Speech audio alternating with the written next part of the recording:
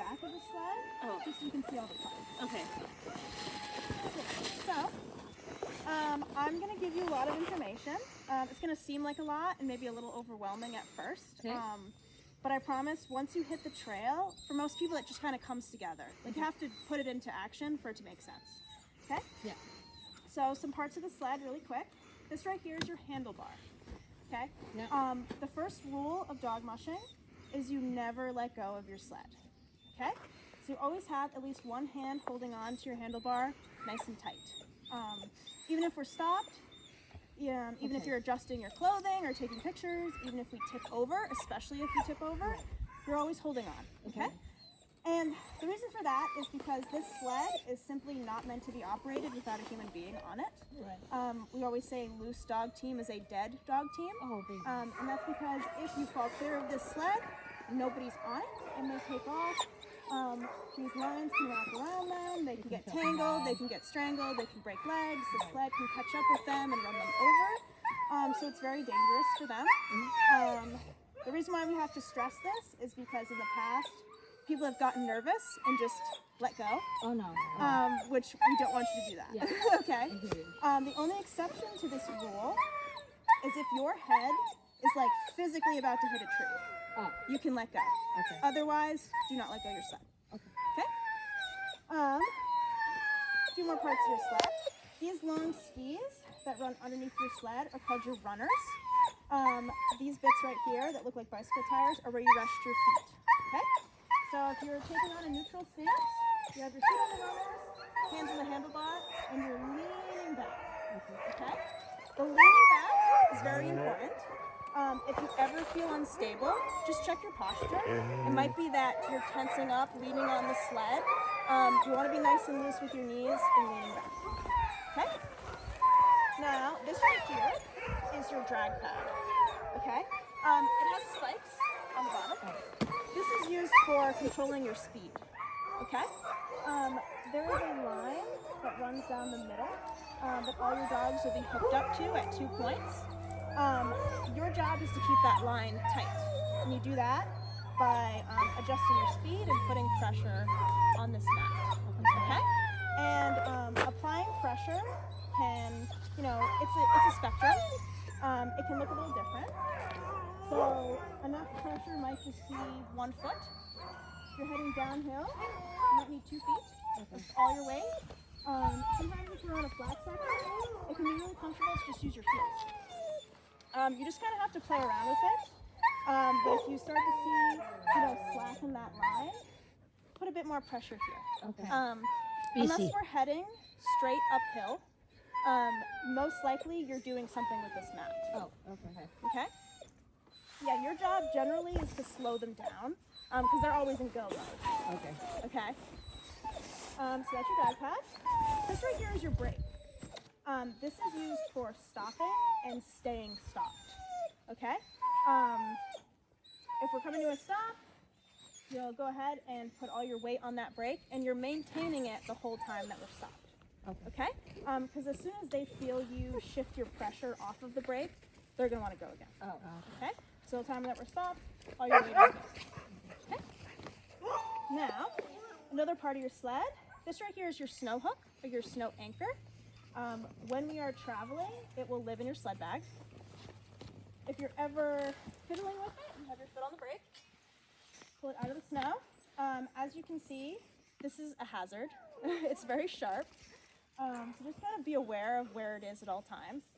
This will live in your bag when we're traveling. If I ask you to take it out, if we're going to have an extended stop, it's kind of like a parking brake. I'll ask you to take it out. You'll put it down where the snow is more packed. Relatively close to you, so it's easy to grab. Again, my foot's still on the brake. And you're looking to kick it down, but also forward. Okay? Yeah. And you guys will have chances to practice this once we're out on the trail. Okay. When your hook is in the ground, you're always getting off of your sled and walking on the opposite side of where it is, because this can still come out of the ground, and you never want your foot to be where it, could go into it. Okay? Cool. A couple more things. your dog teams are designed where it should be fairly easy to control them heading downhill, but you might have to help them when you're heading uphill. Okay? So you do that by pedaling. There's a couple ways you can do that. You can pedal from behind, just kicking kind of 1 foot out. Again, not leaning on your sled, but doing it this way is pretty inefficient and uncomfortable. The better way to do it is to switch over to one side and kick like a skateboard. Yeah. Okay? I find the best way to switch from one side to the other is to kind of turn both of my toes this way, and then, just put the outer foot. How do you get that? From here? Yeah. That's a good question. I usually just kind of go like that. Okay. Yeah, but the thing about the pedaling is that you're going uphill and you're going really slow. That's kind of like the whole problem is like you're helping them. So, if you feel a little clumsy at first or it's kind of awkward to move your feet, it's not like you're jumping onto a moving treadmill. It's fairly easy to like catch up with your sled or like move over from one side to the other, at your own pace. Cool. So, if you tip over. So, if you tip over, not a huge deal. People tip over all the time. What matters is how you react to it, okay? Because again, what's the first rule? Don't panic. Well, that's great also. Don't let go of your Don't let go. yes, Okay. Yes. So That one. when the sled is on its side like this added friction will generally cause them to stop. You might get dragged for a couple feet. Just go with it. Once they're stopped, again, holding on, you're going to stand up. Do not try to tip the sled up until you're on your feet. And also keep in mind, as soon as this is back on the runners, They're gonna want to go. they're going to want to go. Okay, so I'm standing up. Once I'm ready, the drag pad might be in the way. Onto your brake. Okay. Okay. Once you're on your brake and your dog team is under control, this is when you stop and look around and make sure you didn't lose anything. Okay, including your toe. But that can also include your snow hook or sunglasses, whatever. Just make sure you have everything. And if so, and you're fine, we'll just keep moving again. Okay. Okay. A few more notes. In terms of directions and pace, you guys will be following me. Your dog teams will want to follow me. I will set the pace. Your job is to stay about 6 to 10 feet from the sled ahead of you. You do need a little bit of room. Okay. The exception is when we come to a stop. When we're stopping, you can pull up nice and close to the sled ahead of you, kind of like how we're parked right now. Yeah.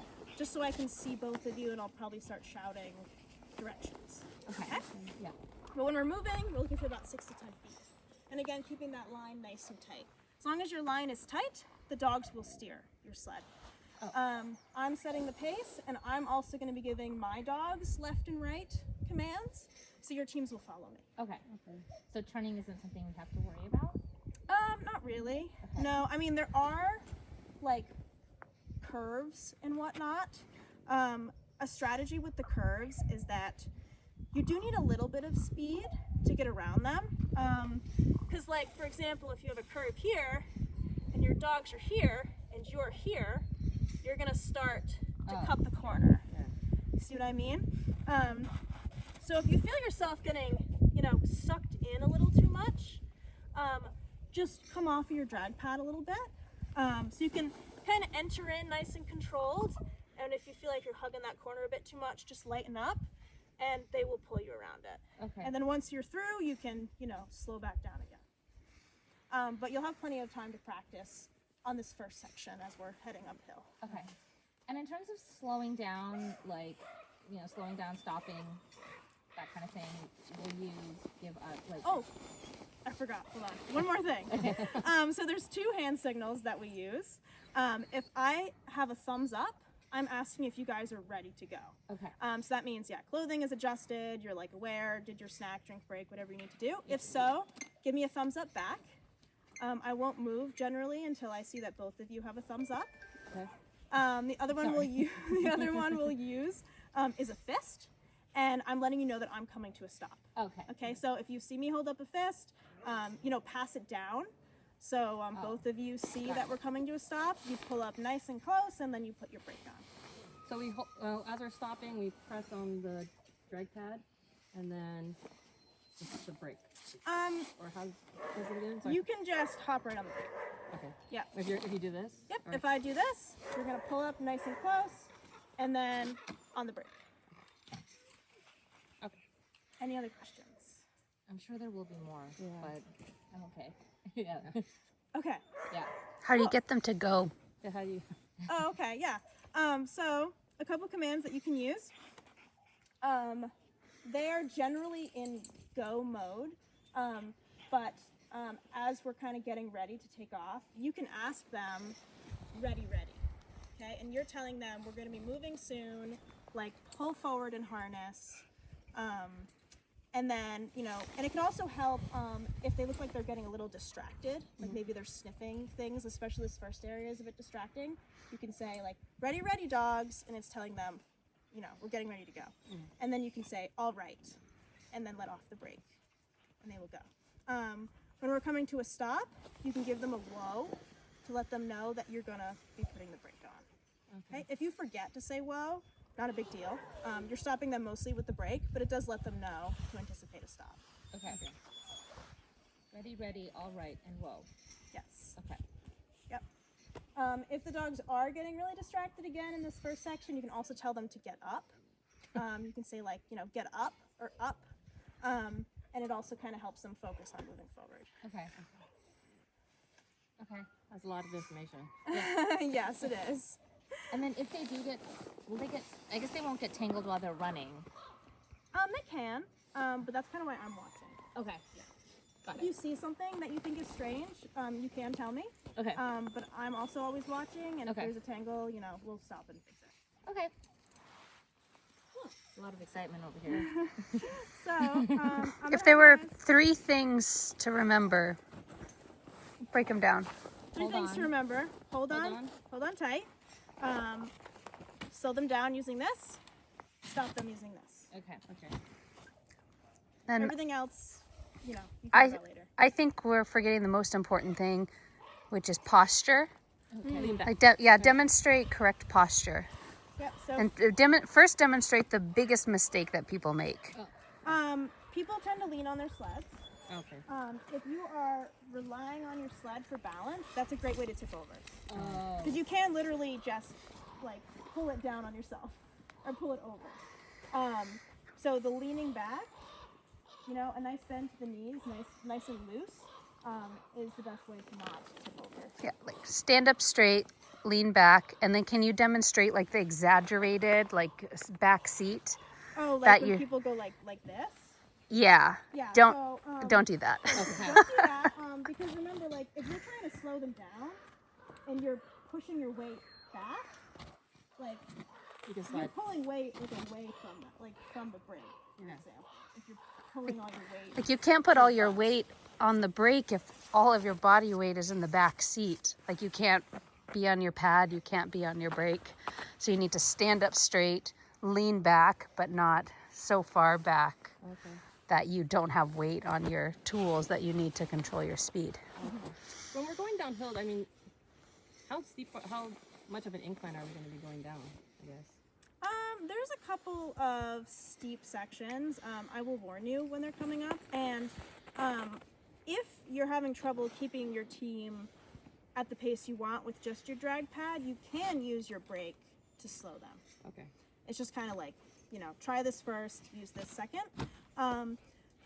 There's a section of the trail that what I might do is go back and undo some of your dogs so they can't pull as hard.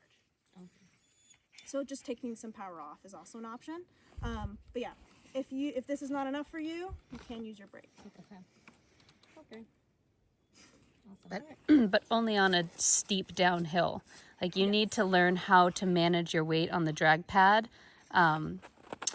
So avoid using your brake if at all possible, as it ruins the trail, and it's ideal to use your drag pad. Okay. Okay. Got it. Okay. Any other questions? Oh, I think that's good. Okay. Okay, so what are the 3 things that you're going to remember? Hold on at all times, unless a tree's about to smack you in the face. Yep. Lean back, but don't lean too far. And have loose knees. Yeah, that's great. Use the drag pad. Yeah. Yeah, I'd say, yeah. Don't let go. Use your pad. Stand up straight. Lean back. Good job. Okay. So, from here, we'll just take a couple minutes. You guys can go to your sleds and just practice like standing Okay. on them. Get comfortable with the runners, get a feel for where all of the parts are, so that ideally, you know, you can move your feet without needing to look down. Okay. Got it. That makes sense. All right. Okay. Hey guys. Who's this excitable one? That's VC. He loves to give hugs. Oh my goodness. Hi. Hi. You're so excited. I know you want to go and we're taking forever.